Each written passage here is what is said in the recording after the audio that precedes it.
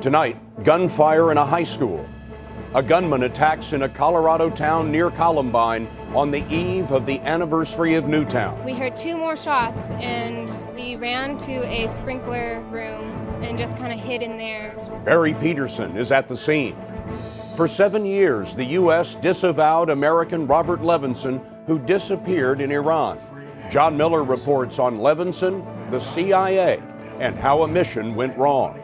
A Kansas man is arrested on charges he planned to bomb an American airport. Bob Orr is on the story. And Steve Hartman goes on the road with Secret Santa, proving once and for all, Santa is real. He's very real. This is the CBS Evening News with Scott Pelley. Good evening. This is a special Western edition. What we saw today is not what school is supposed to be. More than 2,000 students at Arapahoe High in Centennial, Colorado, were marched out into the cold, hands on their heads, and led to a snow-covered track where police officers searched them for weapons after the latest school shooting today. The police say one student shot 2 classmates before taking his own life. An all too familiar story, coming nearly a year to the day after the shootings in Newtown, Connecticut, and just miles from the scene of 2 other mass shootings at Columbine High School and an Aurora movie theater. Barry Peterson is in Centennial for us tonight. Barry? Officials say 3 students were wounded. One was treated and released, the other in good condition, and the third at this hour in critical condition.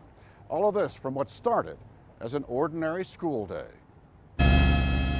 The shooting began around 12:30. County Sheriff Grayson Robinson. However, it was clear that he was armed with a shotgun. He made no effort to hide it or conceal it. He carried it into the school as he entered the school. Faculty and students quickly locked doors and turned off lights. Shayna Keese is a junior. I don't know who it was that came in and opened the door and said, "Shots fired, get down." Witnesses say the gunman's target was a librarian. The gunman came into the school and immediately asked for the location of a very specific teacher, and he named that teacher by name. When the teacher heard that this individual was asking for him, the teacher exited the school immediately. The librarian ran into Fabian Lernis. He came running and he took one shot at him and missed his head. He said he felt the wind just go up and down. The scene brought back memories of nearby shootings at Columbine High School. Students streamed out of the school, out onto the school track, where they were patted down by police searching for the gunman. The shooter actually went quite a ways into the school because we found his body in the internal portion of the school in a classroom. Authorities said the teacher made a key decision to leave the building, perhaps trying to draw the shooter away from the school. It caused the shooter some confusion, and that was enough time for the school to lock down. Barry, thanks very much. Today, Robert Levinson's family urged the U.S. government to do more to bring him home. The retired FBI agent vanished in Iran in 2007, and yesterday we learned that he'd been working for the CIA. Senior correspondent John Miller was an assistant director of the FBI at the time of Levinson's disappearance. John, what can you tell us now? Well, Scott, for 7 years, Robert Levinson's family kept a secret that he was operating under contract for the CIA, gathering information and reports on various countries, including Iran. These revelations may dramatically change the dynamics of negotiations for his return. There are no words to describe the nightmare my family and I have been living every day. Christine Levinson has been pleading for information on the fate of her husband since he disappeared. It was 2007 when Levinson flew to the Iranian island of Kish in the Persian Gulf. Later, we are told, he was sent to a prison and then a hospital in Tehran. By 2010, reports had Levinson somewhere near the Pakistani border. The U.S. government's search for Levinson has since grown cold. Iran has, at times, seemed to know about Levinson. Last year, Charlie Rose of CBS This Morning put the matter to then-President of Iran, Mahmoud Ahmadinejad. I remember that last year, Iranian and American intelligence groups had a meeting, but I haven't followed up on it. I thought they had come to some kind of an agreement. But this year, the new president of Iran, Hassan Rouhani, seemed to deny knowing about Levinson's fate. We do not know any information, have any information about this person. Actually, our intelligence services have said that he is not in Iran. Today in Tel Aviv, Secretary of State John Kerry declined comment on whether Levinson was working for the CIA in Iran, but pledged to continue seeking his return. I personally raised it with the Iranians in the course of our discussions, and we will continue to try to seek his release and return to the United States. Late today, David McGee, an attorney for the Levinson family, said the U.S. government needs to do more. They have not worked to full capacity. They have not made his case a priority case. He has always been second fiddle to some other issue with Iran. And it's been 6.5 years. It's time for him to be at the top of the pile. John, what kind of information was Levinson looking for in Iran? Well, we don't know exactly, but I'll tell you, Robert Levinson was an expert at two things. One, interview skills, getting people to talk. The other thing was on money laundering and hiding of assets. So when you have a country where he had a source to interview and where they're under sanctions, those could be two key skills. Now, we've just learned that when he went missing several years ago, 3 analysts at the CIA were fired in the case. Why was that? Robert Levinson was under a contract for the analysis division. What they do is they run experts who can give them expert opinions that will help in analysis. What the operations division does is they run agents in the field, and the reason they were fired is they found the analysts were running Robert Levinson not as an expert, but as an agent in the field, which they weren't qualified or allowed to do. Thanks, John. And for the reaction in Iran, Elizabeth Palmer is in the Iranian capital, Tehran, tonight. Liz, what are they saying there? Well, the English language state broadcaster did carry a story on Levinson tonight, but it just said what the government's been saying all along. Iran doesn't know where he is, but it is willing to try and help find him on humanitarian grounds. However, the fact that in the U.S. it's now being confirmed that he was working for the CIA complicates things. In this country, there's no more toxic thing you can say about an American than he was working for the CIA. So if he ever were, for one reason or another, to surface here, it now really makes it very difficult for the Iranian government to justify freeing him and returning him to the U.S. Scott. Liz Palmer in Tehran. Liz, thank you. Early today in Wichita, Kansas, the FBI arrested a suspect in a suicide terror plot. He is accused of attempting to bomb Mid-Continent Airport. Homeland Security correspondent Bob Orr tells us how he was caught. 58-year-old Terry Lowen was arrested as he tried to drive a van he believed was loaded with explosives onto the tarmac of the Wichita Airport, where he worked as a technician for an aviation firm. The bomb was a dummy, and Lowen's co-conspirators were not al-Qaeda operatives, but undercover FBI employees who had infiltrated the alleged plot. Court papers reveal that over several months, the FBI had communications with Lowen, in which Lowen allegedly expressed a desire to carry out a suicide attack. In one exchange, Lowen wrote, "Brothers like Osama bin Laden and Anwar al-Awlaki are a great inspiration to me. I have become radicalized in the strongest sense of the word." Lowen proclaimed himself a devout Muslim and said he was a regular visitor to jihadist websites. He downloaded al-Qaeda's operations manual and was a reader of Inspire, the online magazine of al-Qaeda in the Arabian Peninsula. Prosecutors say Lowen photographed airport access points, researched flight schedules, and helped acquire parts for an explosive device. In early October, he expressed some distrust of his co-plotters, saying, "My greatest fear is not being able to complete an operation because I was set up." But prosecutors say Lowen turned down an opportunity to call off the operation and instead helped build and wire the apparent vehicle bomb. And just 2 days ago, he left a letter for his family saying, "By the time you read this, I will, if everything went as planned, have been martyred in the path of Allah." The operation was timed to cause maximum carnage plus death.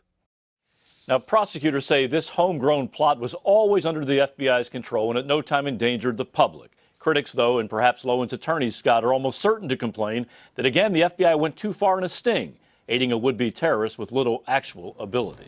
Bob Orr in our Washington newsroom. Bob, thank you. Today, the White House said that the North Korean dictator's decision to execute his uncle reflects the brutality of the regime. State-run media said the uncle, Jang Song-taek, confessed to plotting a coup against Kim Jong-un. Seth Doan, who travels in North Korea for us, is covering the situation. He's joining us tonight from Beijing. Seth, what do you make of all this? Good evening to you, Scott. North Korea, as you know, is a notoriously secretive regime, so it can be very hard to tell exactly what's happening inside.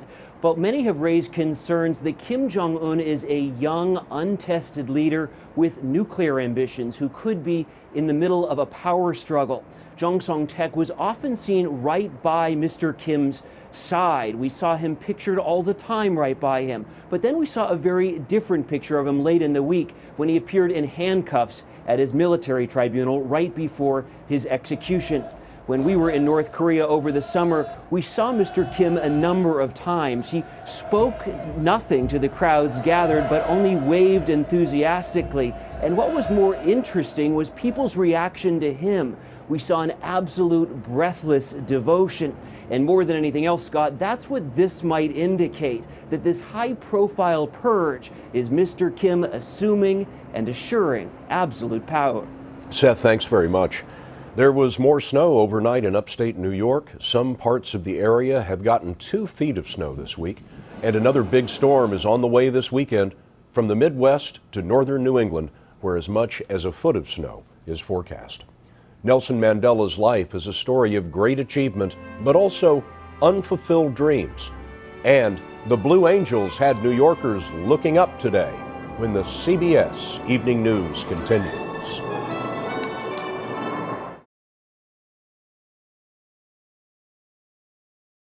In South Africa today, an estimated 100,000 people lined up for one last chance to view the body of Nelson Mandela before his funeral on Sunday. Mandela led his country's transformation to a multiracial democracy, but his dreams for a better economy have not been fulfilled. Unemployment tops 20%.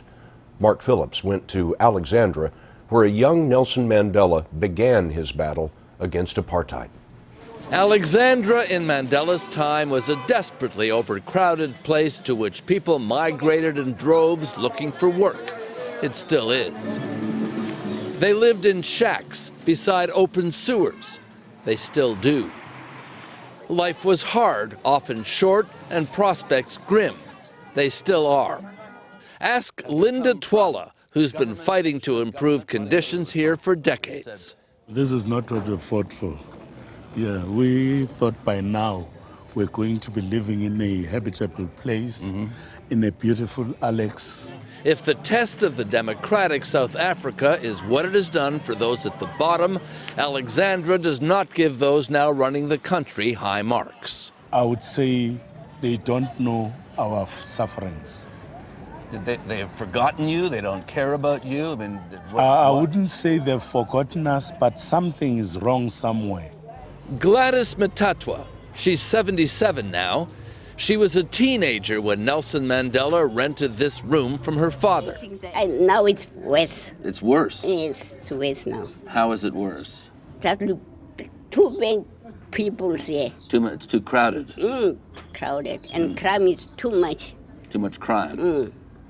If you take up arms, you don't expect to survive. Dennis Goldberg, who was part of the resistance movement Nelson Mandela ran from this farm and who served 22 years in prison himself, sees Alexandra's problems differently. It'll take a lot longer than 2 decades, he says, to right apartheid's wrongs.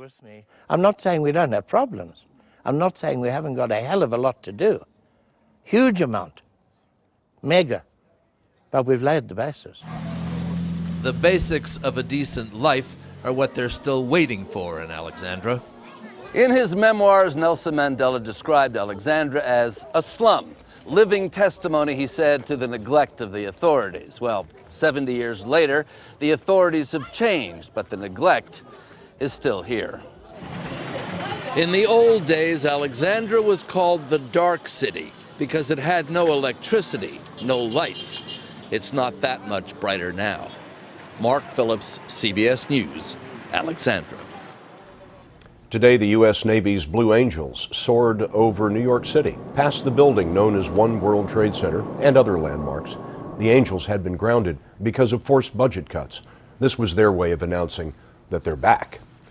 In a moment, Newtown families talk about their lives and their mission 1 year after the shooting.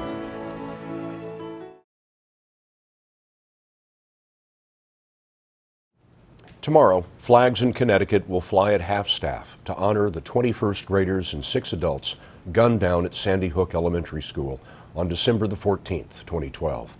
As the anniversary approached, Elaine Quijano spoke to Nicole Hockley, the mother of 6-year-old Dylan, Nelba Marquez Green, mother of 6-year-old Anna, and Bill Sherlock, husband of the school psychologist Mary Sherlock, about their lives without their loved ones. For the 1 year mark, going to be very private, just the three of us. And we're actually, my husband and I are talking to Jake in terms of how does he want to mark that day and remember Dylan. So we're going to follow his lead on that. At this point, how is everyone doing? Jake has his good days and his bad days, just like my husband and I do. But he is loved and he is supported. He misses his little brother terribly. When he's having a bad day, I just focus on the sort of person he's going to be when he grows up, or that I hope so many children in our community become in terms of their strength and resiliency from having experienced the worst that can happen. I got to tell you something, this group of people, this club that we have locally, what an incredible, I mean, I draw so much strength from these people. I mean, I knew my wife for 36 years and 3 days. These people lost 6- and 7-year-olds. I can't imagine what they go through. Just, the strength is just amazing. And that helps me.